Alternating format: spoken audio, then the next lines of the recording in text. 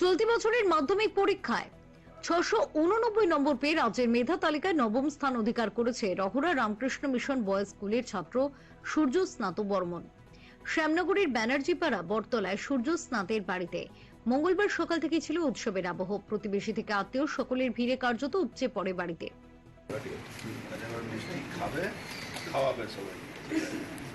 আরো ভালো রেজাল্ট করো, আমাদের এলাকার নাম স্নান করো, ঠিক আছে? খুব ভালো ছিল, খুব ভালো ছিল। এই আবহে কৃতি ছাত্রকে শুভেচ্ছা জানাতে হাজির হন নোয়াপাড়ার নবনির্বাচিত বিজেপি বিধায়ক অর্জুন সিং। ফুল মিষ্টি ও স্মারক তুলে দিয়ে সূর্য স্নাতকে সংবর্ধনা জানান তিনি।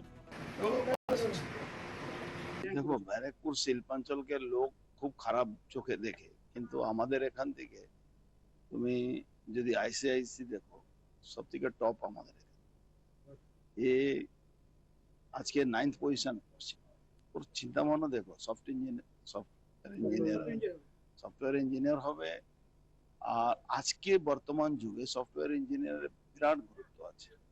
আমি ঠাকুরের কাছে প্রার্থনা করব, ওর এরকম রেজাল্ট হয়েছে, ও আইআইটি যেতে চাইছে, আরো একটু স্ট্রংলি ওকে করতে হবে।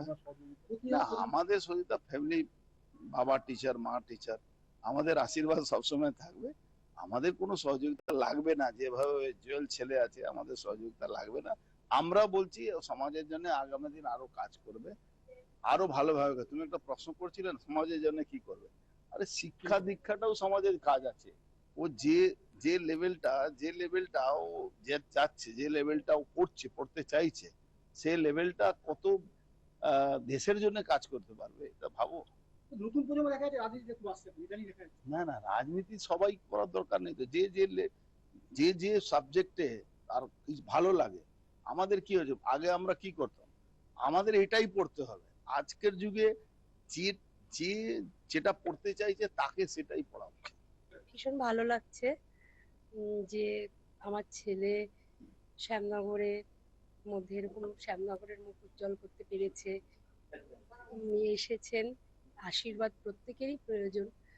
আমার ছেলে যাতে ভবিষ্যতে আরো উন্নতির পথে এগিয়ে যেতে পারে, তাই এবং উনি যেন আবার আসতে পারেন, এসে আমার ছেলেকে আবার আশীর্বাদ করে যেতে পারেন, এটাই আমি চাই। এবং আমি অবশ্যই ছেলেকে সেভাবেই তৈরি করব যাতে সমাজের জন্য সে কিছু করে উঠতে পারে। অবশ্যই। আর আমি একজন টিচার হিসেবে আমি একটা জিনিস একটু বলতে চাই, যেটা আমি আমার ছেলের জন্য এই প্ল্যাটফর্মটা পেলাম, না হলে তো বলার সুযোগ আমাদের হয় না খুব একটা, যে এই যে শিক্ষানীতিটা 8 পর্যন্ত পাশ ফেল তুলে দেওয়া হয়েছে, যদি 8 পর্যন্ত পাশ ফেলটা আবার ফিরিয়ে আনা হয়, তাহলে মনে হয় আমাদের প্রজন্ম আরো ভালো রেজাল্ট করতে পারবে। মানে ফিরিয়ে আনা হয়। সবচেয়ে বড় কথা, ও আমার একদম বাড়ির দুটো বাড়ির পরেই থাকে, আমার একদম বলা যেতে পারে প্রতিবেশী। ওর বাবা মা দুজনেই টিচার, ওদের বাড়িতে শিক্ষা ব্যবস্থা আছে।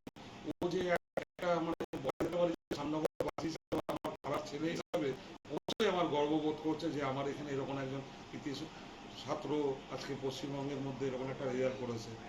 এটা খুব ভালো লাগছে, আনন্দ লাগছে। ওর উজ্জ্বল ভবিষ্যৎ কামনা করছি। ও যে লাইনে এগোতে চাইছে, আশা করি ভারতবর্ষের মানুষ বা আমাদের বাংলার মানুষের কাজে লাগবে, সেটা সুন্দরভাবেই কাজে লাগবে। আমার তো যথেষ্ট ভালো লাগছে, রেজাল্ট থেকে শুরু করে আজ অব্দি আমার যথেষ্ট খুশি হচ্ছে। আজকের দিনটা তো স্পেশাল ছিল নিশ্চয়ই, আমি কি বলবো, আমার খুব ভালোই লেগেছে। বিধায়কের হাত থেকে সংবর্ধনা পেয়ে খুশি সূর্য স্নাত। সংবাদ মাধ্যমকে সে জানিয়েছে ভবিষ্যতে সফটওয়্যার ইঞ্জিনিয়ার হওয়ার স্বপ্ন দেখছে সে। পড়াশোনার পাশাপাশি আগামী দিনে প্রযুক্তির জগতেই নিজের কেরিয়ার গড়তে চায় এই কৃতি ছাত্র। Bureau report, channel 10।